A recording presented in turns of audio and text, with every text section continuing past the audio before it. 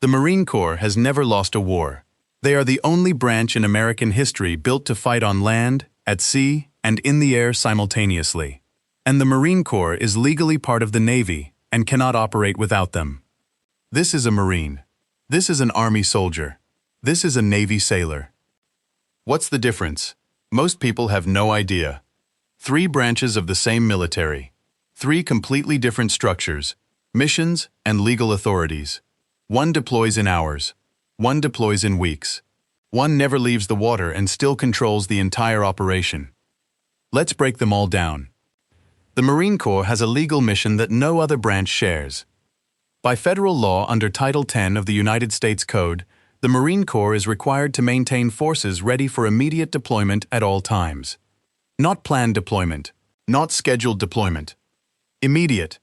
The Marines exist specifically because Congress decided the United States needed a force that could be combat-ready before a crisis fully develops. The Marine Corps operates under the Department of the Navy. It is not independent. It shares a secretary with the Navy, and its amphibious operations depend entirely on Navy ships to move, launch, and support. Without the Navy, the Marine Corps cannot deploy to any coastline on Earth. The Marine Corps has 180,000 active duty personnel. It maintains its own air wing, its own ground combat element, and its own logistics.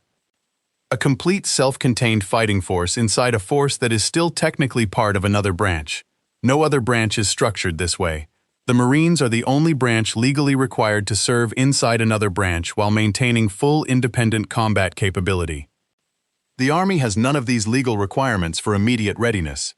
It is built for something the Marines are not designed to do at all. The United States Army is the largest employer in the world. 482,000 active duty soldiers, 336,000 in the Army National Guard, 189,000 in the Army Reserve. Combined, that is just over 1 million people under Army authority at any given moment. The Army's annual budget sits at approximately $178 billion. That is larger than the entire defense budget of every country on Earth except China.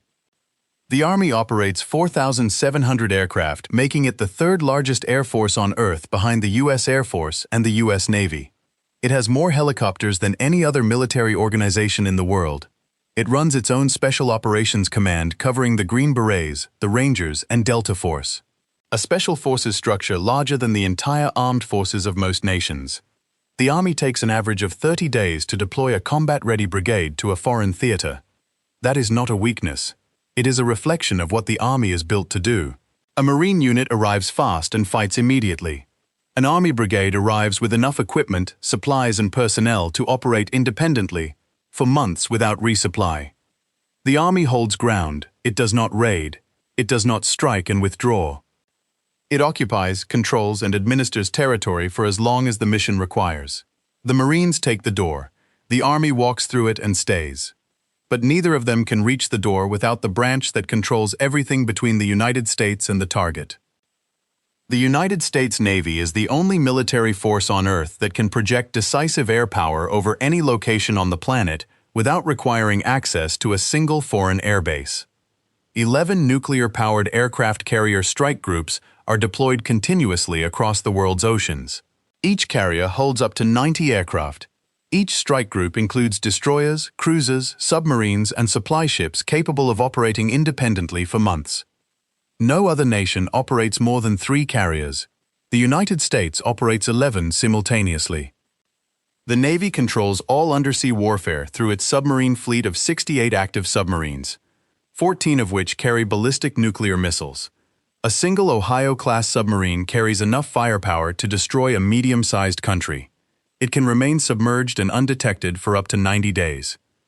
Every amphibious assault in American military history has launched from Navy vessels. The Marines provide the combat power. The Navy provides the platform, the air cover, the logistics, and the route. Remove the Navy, and the Marine Corps loses its ability to reach any coastline outside the United States. The Army cannot cross an ocean without the Navy controlling the sea lanes first. The Marines cannot land on a foreign shore without a Navy ship to launch from. The Navy does not take ground and does not hold territory. But without it, neither of the other 2 branches can do what they are built to do. The Navy positions itself offshore and establishes control of the surrounding waters and airspace. The Marines launch from Navy ships, establish the initial landing zone, secure the beachhead, and push inland fast. The Army arrives behind them with heavier equipment, larger numbers, and the sustained capability to hold whatever the Marines took. Each branch hands its mission to the next. The Navy owns the approach. The Marines own the entry. The Army owns the occupation. Pull any one of the three out of that sequence, and the entire operation fails at the point where that branch was supposed to operate.